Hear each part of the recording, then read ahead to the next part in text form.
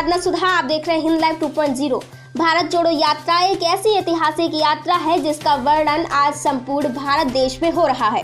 बच्चे, बूढ़े, जवान सभी एकाएक इस यात्रा का हिस्सा बनते जा रहे हैं। भारत जोड़ो यात्रा की यह भीड़ बढ़ते दिनों के साथ लगातार बढ़ती ही जा रही है।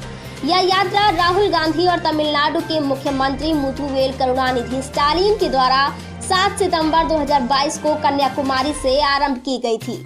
यह यात्रा 3570 किलोमीटर लंबी और 150 दिन नॉन स्टॉप चलने वाली पदयात्रा होगी, जो देश भर के 12 राज्यों और 2 केंद्र शासित प्रदेशों से होकर गुजरेगी। 3750 किलोमीटर पैदल चलने के बाद यह यात्रा 150 दिन बाद कश्मीर पहुंचेगी।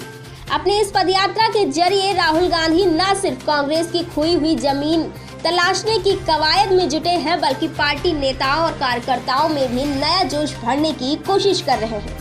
भारत जोड़ो यात्रा के दौरान कई ऐसे पल होते हैं जो लोगों में एक अलग उत्साह और नया रंग भर देते हैं। यात्रा के दौरान राहुल गांधी कभी नेताओं का हाथ पकड़ दौड़ते नजर आते हैं, तो कभी बच्चों का हाथ पकड़, तो कभी युवाओं के साथ पुशअप लगाते हैं, तो चित्रदुर्ग में एक टंकी पर खड़े होकर तिरंगा लहराया, तो यात्रा में ही रुककर अपनी मां सोनिया गांधी जी के जूते के फीते बांधते हुए भी नजर आए। ये सभी रंग भारत जोड़ो यात्रा में समय समय पर देखने को मिलते रहते हैं। राहुल गांधी का यही मिजाज लोगों के दिलों को छू रहा है। यही कारण है जो जिस भी राज्य में यह भारत जोड़ो यात्रा गुजर रही है, वहाँ लोग बढ़ चढ़ के इस यात्रा में हिस्सा भी ले रहे हैं।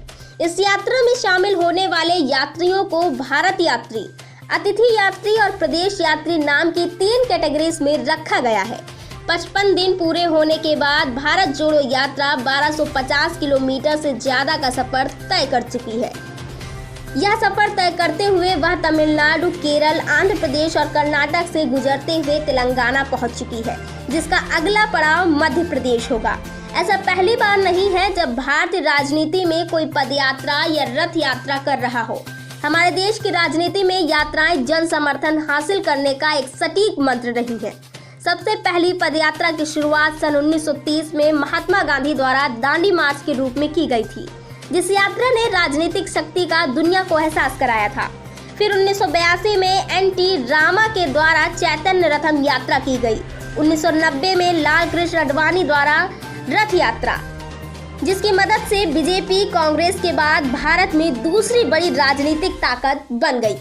फिर 2004 में वाई.एस. चंद्रशेखर रेड्डी ने आंध्र प्रदेश यात्रा की।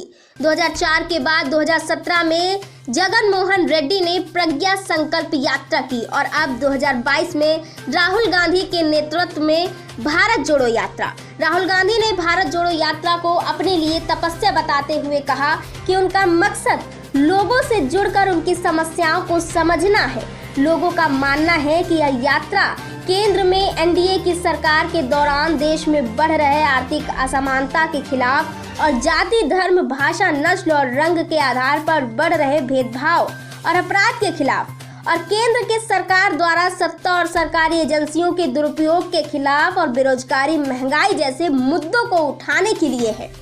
राहुल गांधी की भारत जोड़ो यात्रा एक ऐसी यात्रा है जो देश की राजनीति को एक नया मोड़ देने का काम कर रही है, जिसका परिणाम 2024 के चुनाव में देखने को मिलेगा, जिसका असर कहीं न कहीं अभी से देखने को मिल रहा है। दोस्तों, यदि आपको हमारा वीडियो पसंद आए तो हमारे चैनल को लाइक, सब्सक्राइब, शेयर करना न भूलें। धन्यवाद।